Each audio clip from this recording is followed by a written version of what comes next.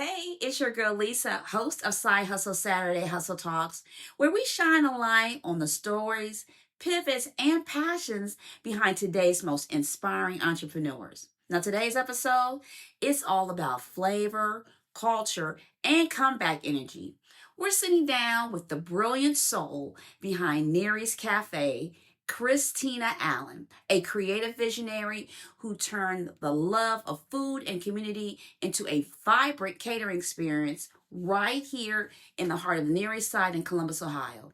We're talking about the journey behind the brand, the mindset shifts of entrepreneurship, and what it really takes to breathe new life into a business through pop-ups and intentional storytelling, one plate at a time. Now, if you ever felt stuck or paused or ready to pivot your passion, this conversation is for you. Let's dive in.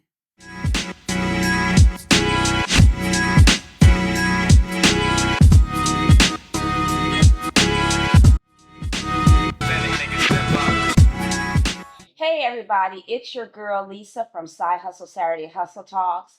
And today, in this episode, I think I might get in a little bit of trouble because we're talking about food, and I am a foodie. I love food. But when it comes to food and community, this lady right here, Christina Allen, who is the founder of Near East Café, brings it all to the forefront.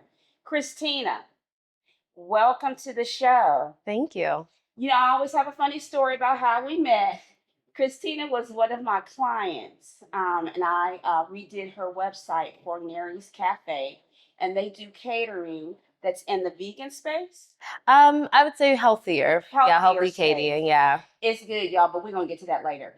And so when I was talking to her, her story on how she got Near East Cafe started was just so intriguing, and it just drew me in. And I was like, girl, you know, I have to have you on my show because I love interesting stories. So, Christina, I want you to share with the Side Hustle Saturday audience about what is the story behind how you got started with Near East Cafe. Yeah. So for me, I think the story started with actually a different organization, Food Leads, which is a nonprofit that I started. And our mission really is to help people combat chronic conditions like diabetes, heart disease, and really take a nutrition forward approach with that. We found that people weren't getting the support they needed to actually manage those conditions when it came to nutrition. And so I founded that about 4 years ago. And through that experience, met my co-owner, Anique Russell, who runs Too Good Eats. And so she actually was a mentor of ours while we were in a social enterprise program, and is on our board of directors for Food Leads. And so someone actually approached Anique a while back about the opportunity to open a cafe space. And so for her and her business, it wasn't entirely, in the plans for them. And she thought that it might be a really great opportunity to come in partnership with us, and we kind of do it together. Because the unique thing about our space is that we're actually in a community center.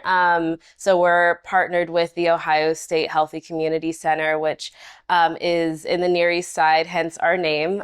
We can probably talk a little bit more about that later, but we are really health centered because we're with this community center, and also community centered because most of the people who are coming to use the community center and the resources there live here. It's not, only for this community, but it is really rooted in the neighborhood and the residents that live here. So we really kind of wanted to pair what we're doing with the nonprofit and like the healthy food and improving access to that with a more business model, so that we can kind of expand our reach and serve people in a different way. Mm-hmm. And the vibe that you get with Near East Cafe is just that community. Talk to me about how you use food, connection, and community and bring that all together under the umbrella of Near East Cafe, because I think that's really important. Yeah. So, like you said, community is really important to us. My co-owner, her family lives here. They can walk here. Her husband's family's been here for I think maybe 80 years or so now. So really rooted in this neighborhood. And I think this building space is actually something that I learned coming here, is really actually also rooted in community inherently. This actually used to be the old Martin Luther King Library. Yes, it did. It used to be the old Martin Luther King Library. Yeah, and so I found out in talking to some people that our space specifically was the lobby of the library, and so it was really the first place that people would like come in and experience the space. And so I think we've really leaned into that mindset and vibe where we really want people to come in and like have a conversation and like meet new people and be able to socialize over food. And we also, I mean, for myself, I have a nutrition background, so I love talking to people about food. And I think just talking to people about, what they enjoy and like the different food options that we offer and really seeing them connect over that has been really great. We had someone a while back come in and say like, I love coming here because I can eat everything on the menu, and he's diabetic. And so he's like, I don't have to actually think about it.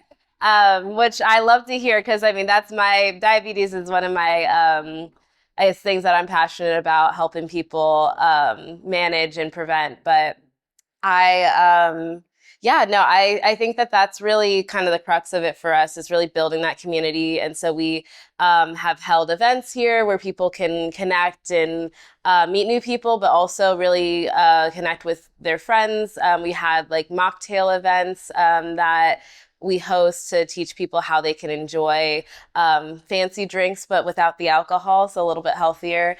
And yeah, it's just been really great to see how people have come together for those events in this space. And it's the food too, because the food is phenomenal. And we're gonna get into that later. But anyway, becoming a business owner for me and for you is it's a big step. What type of mindset shifts did you have to do in order to like to take this leap and start the catering business and then Near East Cafe? What did you have to kind of go through to get started? Yeah, so I would say I'm a very young entrepreneur. I'm only 26. So yeah. Wow. I got started very early and started the nonprofit when I was 22. So I'm just newly into the for-profit space this year. So it's been a bit of a learning curve with that as well.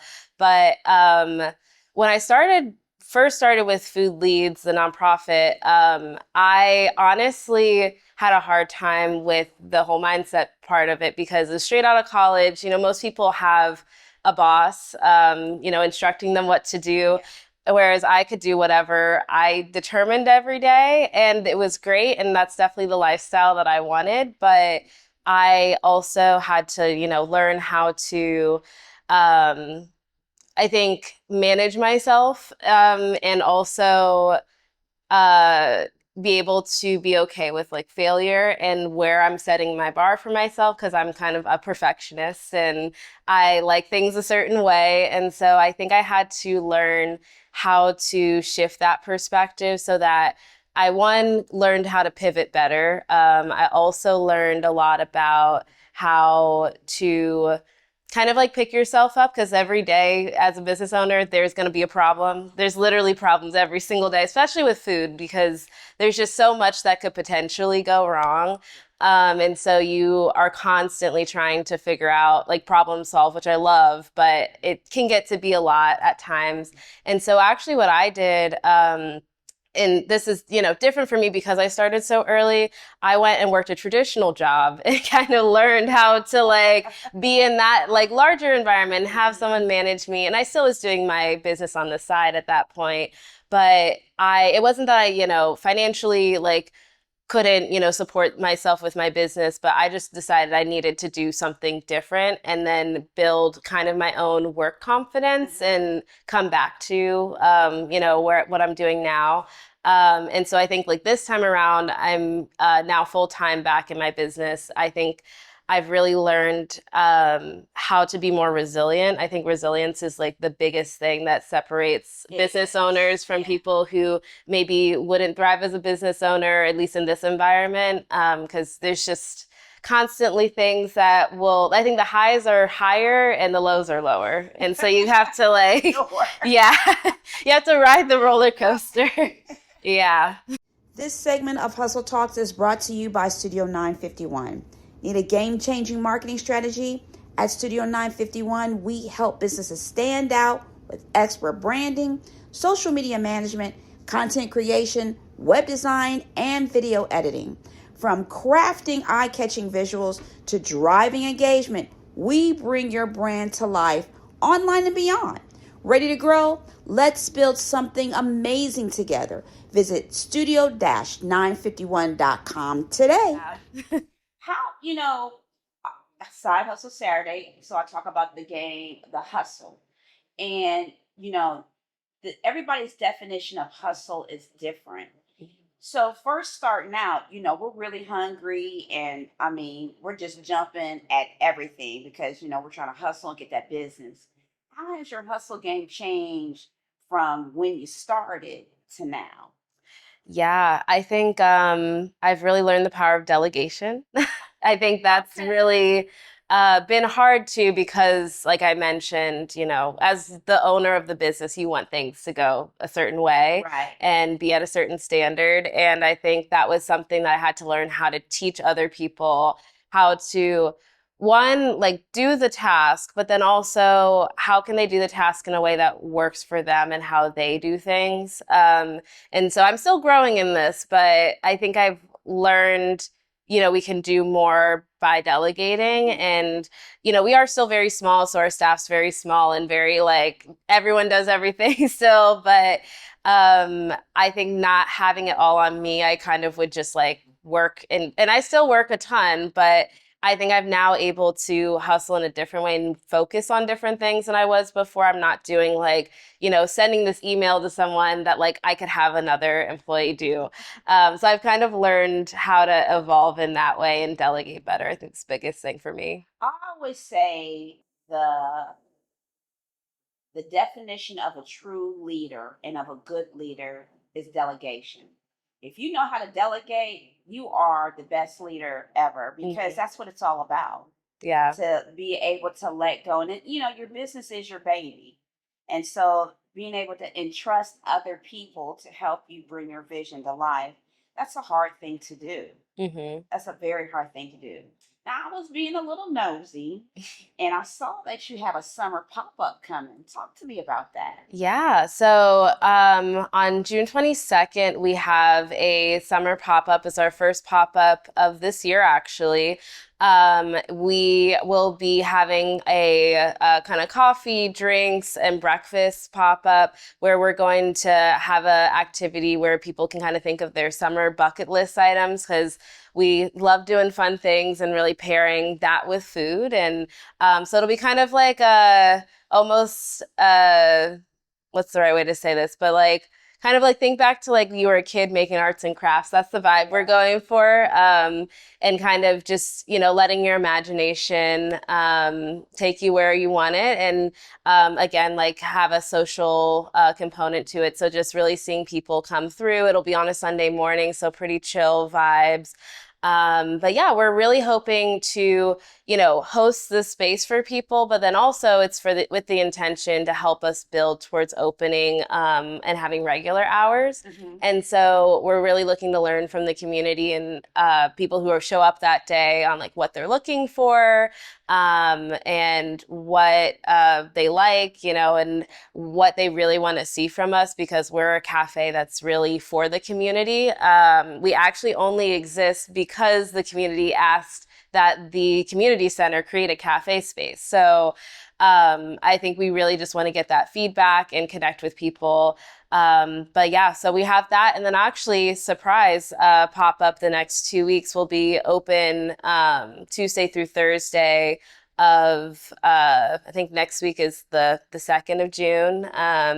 We'll be open kind of also doing some surveying. People can come in and have drinks and small bites. So yeah. No, it was we decided yesterday actually, kind of surprised, but yeah.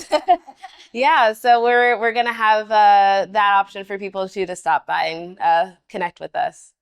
Now, the food is fantastic on here, and What are some of the favorite items on the menu that you would recommend to either have someone cater or Hmm. come in to try? Yeah, so I think our sliders are our most popular.